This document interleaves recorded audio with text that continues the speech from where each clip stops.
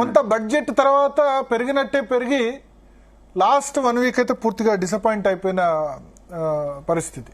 ఎందుకు ఇటువంటి సిచ్యువేషన్ వచ్చింది రేవంత్ గారు?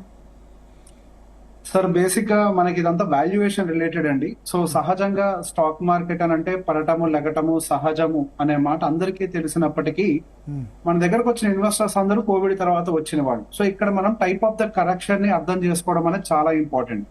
కోవిడ్ అప్పుడు జరిగిందంతా కూడా అనుకోని ఒక సందర్భంలో అన్ఫోర్సిన్ సిచ్యువేషన్, జీవితంలో ఒక్కసారి జరిగేది. సో బేసిక్ గా ఎకనామికల్ ఇష్యూస్ ఏమి లేనప్పటికీ ఏదో ఒక పాండమిక్ ఈవెంట్ జరగడం వల్ల మళ్ళీ ఎకానమీ రివైవ్ అయింది, మార్కెట్స్ వెంటనే పైకి వెళ్ళాయి.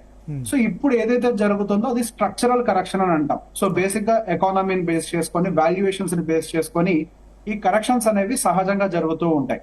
సో బేసిక్ గా మనం దీనికి వారెన్ బఫెట్ ఇండికేటర్ అని చెప్పేసి ఒకటి యూజ్ చేస్తూ ఉంటాం. అంటే మార్కెట్ యొక్క వాల్యుయేషన్ ఐడెంటిఫై చేయడానికి, అంటే జీడిపి టు మార్కెట్ క్యాప్ కి సంబంధించి దాన్ని ఎక్కువగా వాడుతూ ఉంటాం.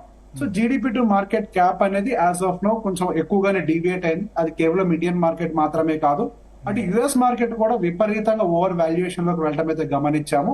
కాకపోతే ఇండియన్ మార్కెట్స్ లో ఇంకొన్ని అన్సర్టనిటీస్, అంటే పర్టికులర్ గా మనకి రూపీ డిప్రిషియేట్ అవ్వటము, అండ్ అదే విధంగా యుఎస్ లో మనకి బాండ్ డీల్స్ మొన్నటి వరకు ఆల్ టైమ్ హైలో ఉండటము. సో ఇవన్నీ కూడా కొంతవరకు ఇండియన్ మార్కెట్స్ లో సెల్లింగ్ అయితే ఎర్లీగా ట్రిగ్గర్ చేశాయి. కానీ గోయింగ్ ఫర్దర్ మనకి యుఎస్ మార్కెట్స్ లో కూడా కొంతవరకైనా కరెక్షన్స్ వచ్చే అవకాశం ఉంది. సో ఇప్పుడు జరగబోతుందంతా కూడా స్ట్రక్చరల్ కరెక్షన్. ఇక్కడ రెండు మూడు ఇష్యూస్ మీరు అంటున్నారు. వాల్యుయేషన్స్ చాలా హైగా ఉన్నాయి ఇండియన్ మార్కెట్స్ అని చెప్పి, ఓకే అవునండి. So valuations mid cap small cap సంబంధించిన వాల్యుయేషన్ చాలా ఎక్కువ ఉంది, అందుకని మిడ్ క్యాప్ స్మాల్ క్యాప్ ఎక్కువ పడుతున్నాయి లార్జ్ క్యాప్ తో. Exactly, yes sir. So basic గా మిడ్ క్యాప్ స్మాల్ క్యాప్ తో పాటుగా మనకి ఈవెన్ లార్జ్ క్యాప్ యొక్క వాల్యుయేషన్స్ కూడా మొన్నటి వరకు ఎక్కువగానే ఉండేవి. కానీ రీసెంట్ గా జరిగిన ఈ 10% ఫాల్ తర్వాత మనకి ఆ వాల్యుయేషన్స్ అనేవి కొంత ఇవాళతో పోలిస్తే గనక large cap correction almost 12 to 13% దాకా వచ్చింది. 26,200 ఆల్ టైమ్ హై నుంచి చూస్తే ఇవాళ 23,100 అంటే 12%, 13% దాదాపు కరెక్షన్ ఉంది. మొన్న 22,800 టచ్ అయింది, ఇప్పుడు 23,100 అట్లా 23,100 మధ్యలో ఉంది. మిడ్ క్యాప్ స్మాల్ క్యాప్ ఏమో కొన్ని సరే ఓవరాల్ గా ఎట్లా ఉన్నా సరే 35, 40, 50% పడ్డ షేర్స్ కూడా ఉన్నాయి. సో ఇది టెంపరీ ఫినామినానా, లేకపోతే ఈ సంవత్సరం మొత్తం 2025 మొత్తం ఇదే విధంగా ఉండే అవకాశం ఉందా? సో ఇది 2025 ఒకటే కాదు సార్, మనకి 2026, 2027 కూడా mid and small cap segments ఇలానే ఉండడానికి అవకాశాలు అయితే ఎక్కువగానే కనపడుతున్నాయి. సో దీనికి మేజర్ రీజన్ వచ్చేసరికి వాల్యుయేషన్స్ మాత్రమే. సో బేసిక్ గా మనకి ఆ డీవియేషన్ అనేది టూ మచ్ గా జరిగింది. పర్టికులర్ గా 2023 తర్వాత ఏదైతే ర్యాలీ అనేది మనకి ట్రిగ్గర్ అయిందో ఆ ర్యాలీ నుంచి మనకి ఏదైతే ఆ ర్యాలీ వల్ల మనకి టూ మచ్ ఆఫ్ డీవియేషన్ వచ్చింది. ఇప్పుడు వాల్యుయేషన్స్ అనేవి పర్టికులర్ గా mid and small cap segment కి చూసినట్లయితే ఆల్మోస్ట్ పిఈ రేషియో మనకి స్మాల్ క్యాప్ సెగ్మెంట్ కి 30గా ఉంది. అండ్ ఆల్మోస్ట్ మనకి దాని మీన్ వచ్చేసరికి ఇంకా లోవర్ లో ఉండాల్సింది. సో బేసిక్ గా ఈ డీవియేషన్ అనేది కొంతవరకు ఎక్కువగా ఉండటం వల్ల కరెక్షన్ జరుగుతోంది. సో దీనికి ఇక్కడ 2 పరిణామాలు ఎదుర్కోవడానికి అవకాశం ఉంది. ఒకటి వచ్చేసి పర్టికులర్ గా మనకి ఐదర్ మనకి టైం కరెక్షన్ అయినా జరగాలి, లేదా ప్రైస్ కరెక్షన్ అయినా కానీ జరగాలి. సో ఈ 2 కరెక్షన్స్ లో ఏదో ఒకటి జరిగిన తర్వాత మాత్రమే మనకి మార్కెట్స్ రివైవ్ అవ్వచ్చు. సో మీ ఉద్దేశంలో 3 సంవత్సరాల పాటు ఇది మిడ్ అండ్ స్మాల్ క్యాప్ లో అన్సర్టనిటీ కంటిన్యూ అయ్యే అవకాశం ఉంది. 25, 26 ఉన్నాయి. సో ఇదేమి కొత్త కాదు, చరిత్రలో ఇంతకు ముందు కూడా జరిగింది. Mid and small cap segment large cap segment ని అండర్ పర్ఫార్మ్ చేసిన సంవత్సరాలు మనకి మార్కెట్స్ లో ఎన్నో ఉన్నాయి. ఒకసారి 2018 నుంచి గనక యావరేజ్ గనక మనం గమనించినట్లయితే mid and small cap segment మనకి లార్జ్ క్యాప్ ని ఒక 2-3 సంవత్సరాలు అండర్ పర్ఫార్మ్ చేసిన సందర్భాలు ఉన్నాయి. ఇదేమి కొత్త విషయం ఏం కాదు. 2018-19 లో 2018, 19, 20 ఆల్మోస్ట్ మనకి 21 తర్వాత ఏప్రిల్ తర్వాత mid and small cap large cap దాటి రిటర్న్స్ ఇచ్చాయి.